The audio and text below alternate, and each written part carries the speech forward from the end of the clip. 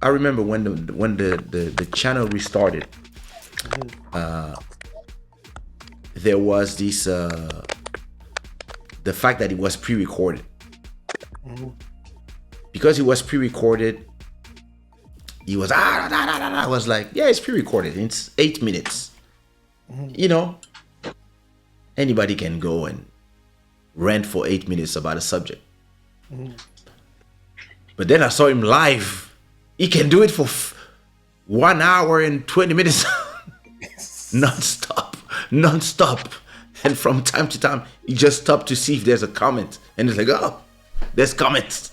And you're like, yo, how does he do it? But interestingly, I'm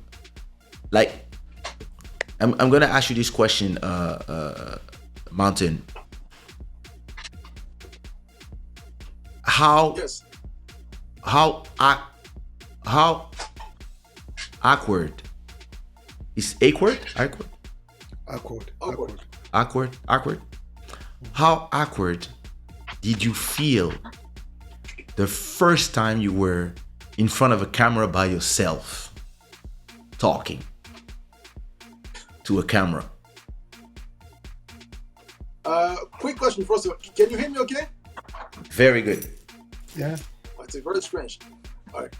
No, the first time it was actually with Joel over 15 years ago. Okay. And it was strange because that was back in the days when you had to record using the tapes. And if you basically run out of tapes, basically that's it. And before taping, you used to tell me that, you know what?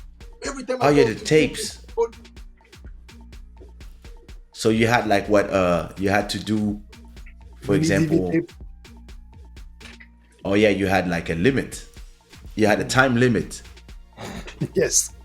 It was the same for music videos.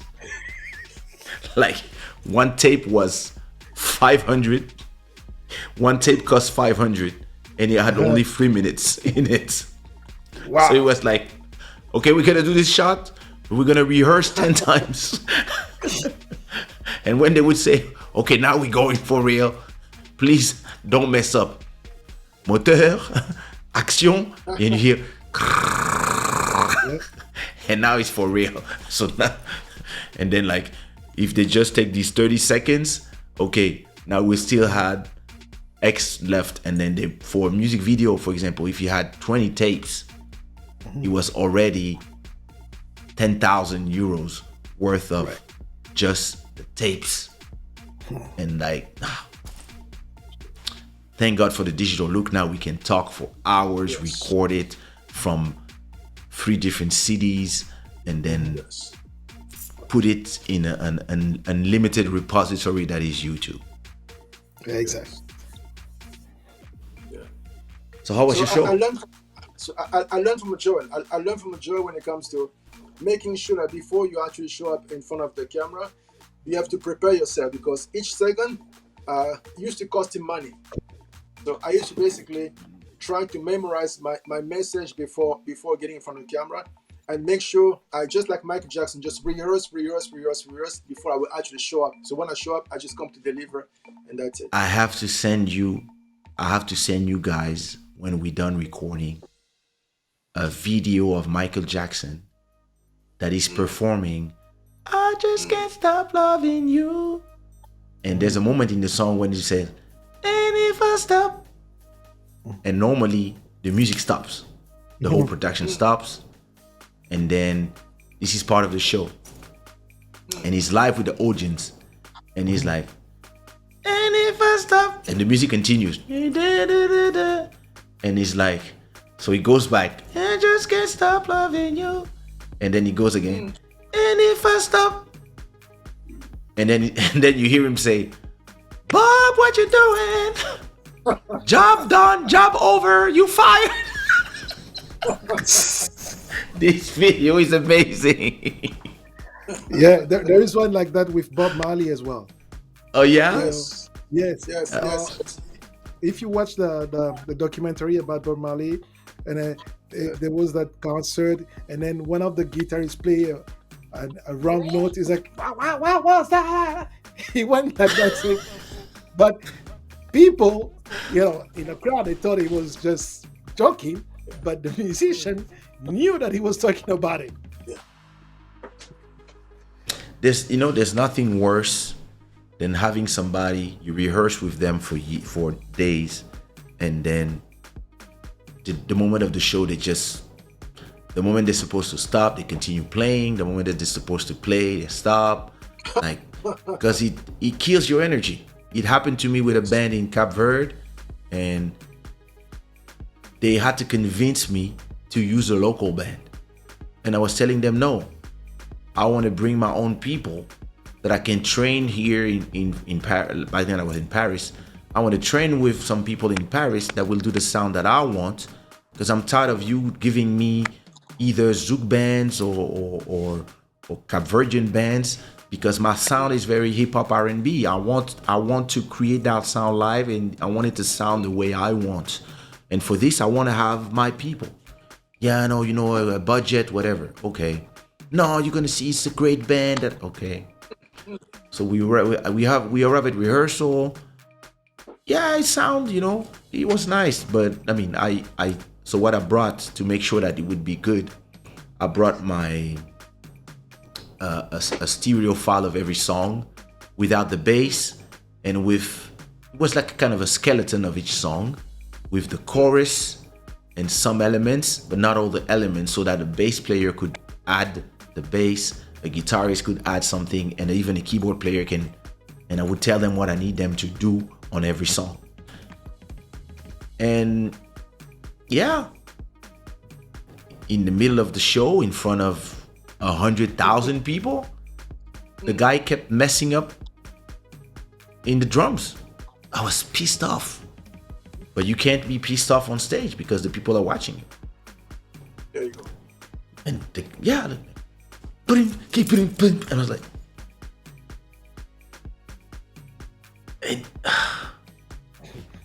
and after that, yeah, that was a great show. I was like, nah, you fucked it up. But yeah.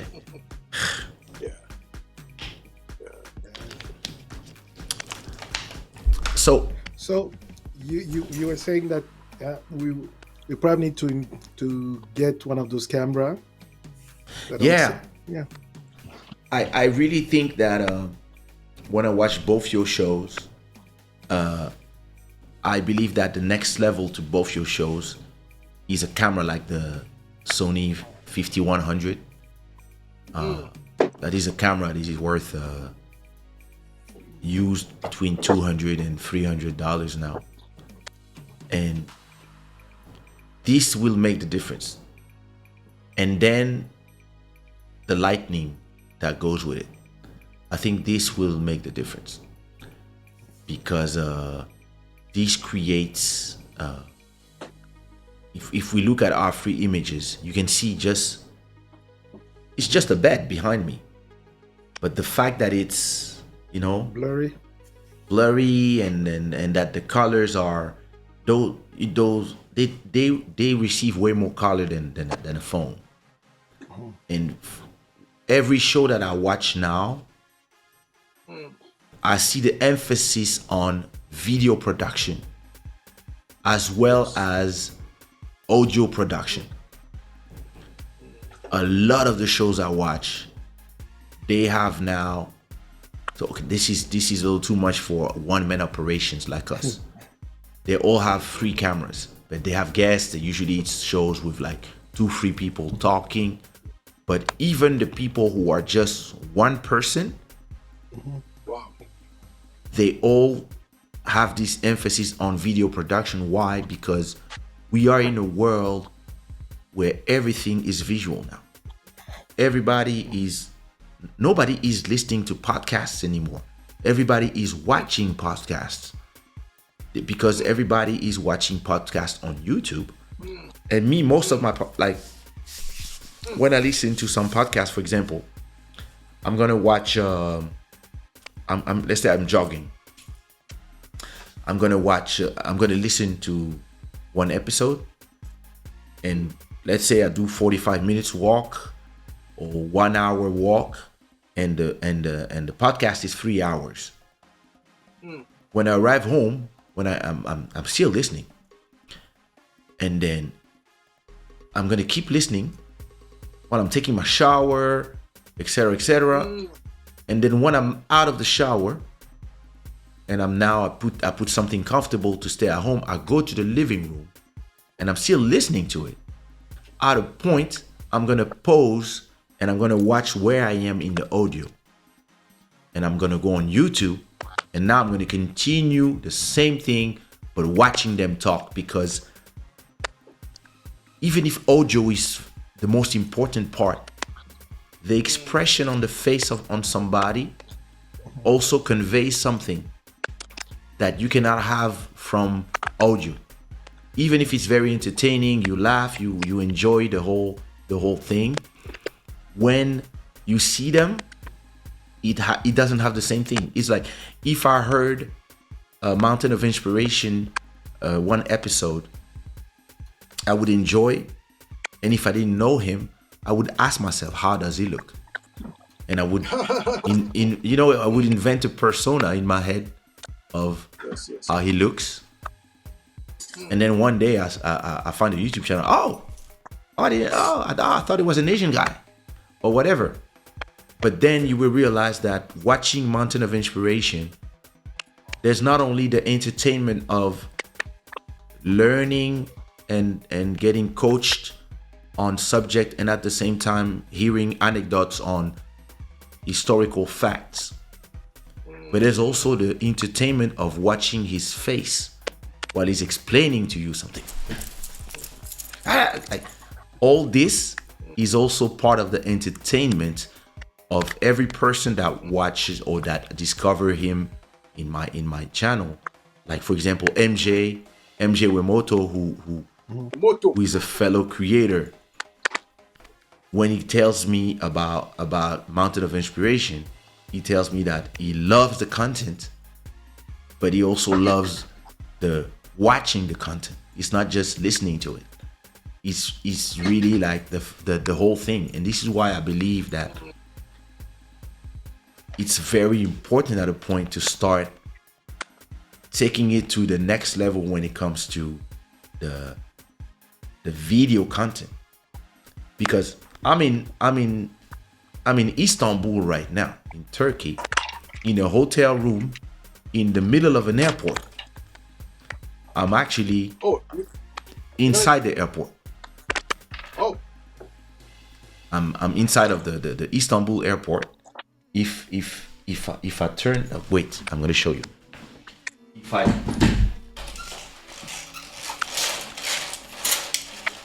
I bring this up, so if I bring my store up, you will see that